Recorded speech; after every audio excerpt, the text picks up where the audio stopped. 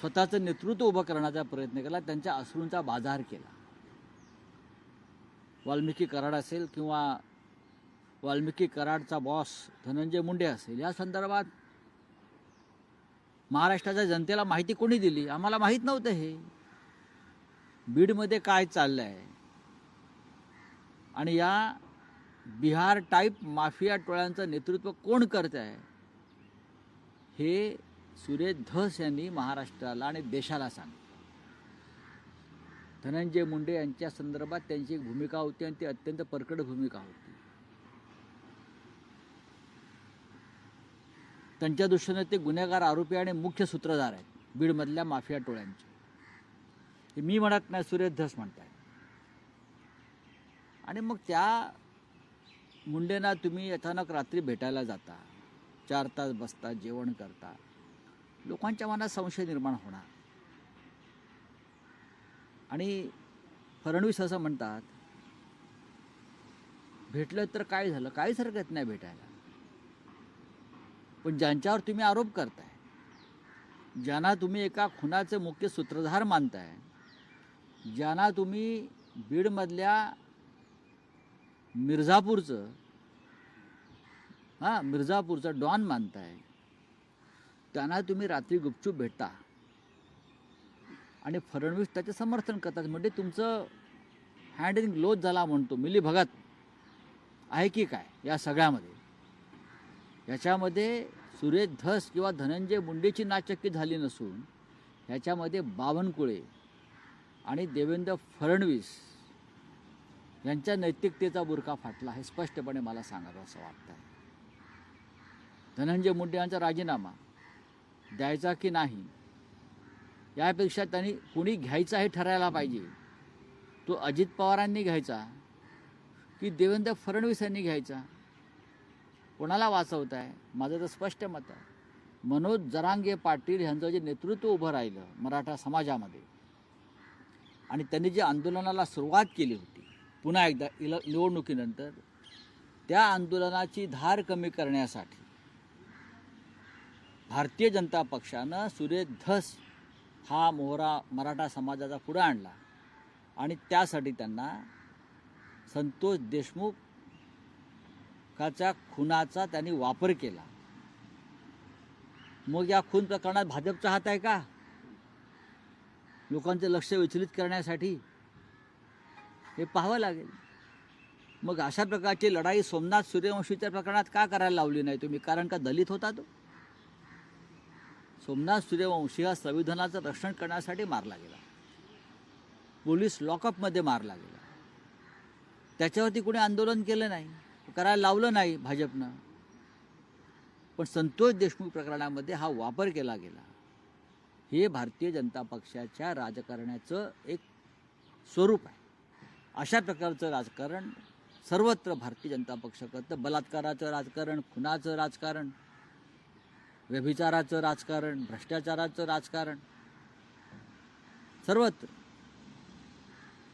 मुंबईमध्ये new India bank ज्या प्रकारे लुटली गेलेली आहे त्याच्यामध्ये सगळे भारतीय जनता पक्षाचे लोक आहेत. जनतेचा पैसा, सगळे बिल्डर, मेहता, जैन आणि एक कदम भाजपचा. आता कुठे गेले मुलुंडचे पोपटलाल? आता कुठे गेले? एवढी मोठी बँक लुटली गेली शेकडो कोटींना. आता हा मुलुंडचा पोपटलाल कुठे लपलाय, कुठल्या बिळात लपलाय? आता का बोलत नाही तो? का भारतीय जनता पक्षाच्या लोकांनी बँक लुटली म्हणून बोलत नाही? गरिबांचा पैसा नाही तो, सामान्यांचा पैसा नाही, टॅक्सीवाल्यांचा पैसा आहे.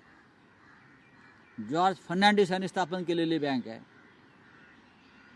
आता तुमच्याकडे कागदपत्र, पुरावे, आता ते ईदीकडे का जात नाहीत? आता ईदीला का सांगत नाहीत? आता काय पत्रकार परिषदा घेत नाहीत? आता का बुच बसला तोंडाला त्यांच्या? का? भाजपचे आमदार त्याच्यामध्ये अडकलेत. भाजपच्या आमदारांच्या दबावाखाली कर्ज वाटप झालं. बोला ना, देवेंद्र फडणवीसांनी उत्तर दिलं पाहिजे याच्यावरती. काय गुन्हे दाखल करताय तुम्ही? कोणाला गुन्हे दाखल करताय? सगळ्या बिल्डर ज्यांना पैसे मिळाले ते सगळे भाजपशी संबंधित आहेत आणि RSS संघाशी संबंधित आहेत. ही अत्यंत गंभीर गोष्ट आहे. या देशामध्ये विरोधी पक्षाच्या लोकांना एक न्याय आणि सत्ताधाऱ्यांना दुसरा न्याय. कोणता समान नागरी कायदा आणताय तुम्ही? काल पुन्हा एकदा अमृतसरला विमान उतरलं लष्कराचं अमेरिकेच्या. उतरू कसं देत आहे? अफगाणिस्तान नंतर अमेरिकेचं लष्करी विमान उतरणारा भारत हा दुसरा देश. अफगाणिस्तानला उतरतात लष्करी विमान त्यानंतर भारतात. पुन्हा एकदा बेड्या घातल्या. शीख बांधवांच्या पगड्या उतरवल्या गेल्या. काय करते भारतीय जनता पक्ष? काय त्यांना देशाचा अपमान वाटत नाही? आमच्या शीख बांधवांच्या पगड्या उतरवल्या गेल्या आणि तुम्ही तिथे दिल्लीतल्या 84च्या दंगलीवरती अजूनही आवाज उठवताय. चांगलं आहे, पण शिखांच्या पगड्या उतरवून त्यांना बेड्या घालून ते आणलं आणि आमच्या भूमीवरती उतरवलं. आमच्या हद्दीमध्ये बेड्या घातलेल्या आहेत त्यांना. लक्षात घ्या, अमेरिकेत नाहीत. नरेंद्र मोदी रशिया आणि युक्रेनचं युद्ध थांबवू शकतात. पापाने वार रुकवा दिया. नरेंद्र मोदी आणि त्यांचे भक्त, आंधळे भक्त, रशियाचं आणि युक्रेनचं युद्ध मोदींनी थांबवलं. पण आमच्या भारतीयांच्या पायातल्या बेड्या आमच्या भूमीवर अमेरिकेने घातल्या. हे गुलामी आहे. नरेंद्र मोदींनी काय केलं?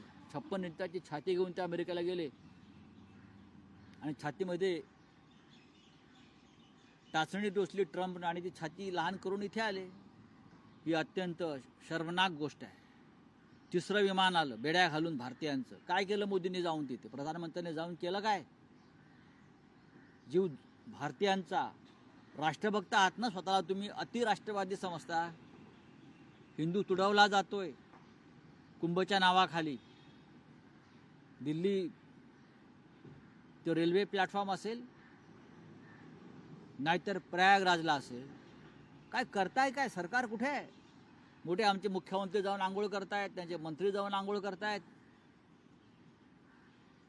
इथे पापं करतायत. लोकशाही मराठी ऐका, पहा, जागरूक रहा.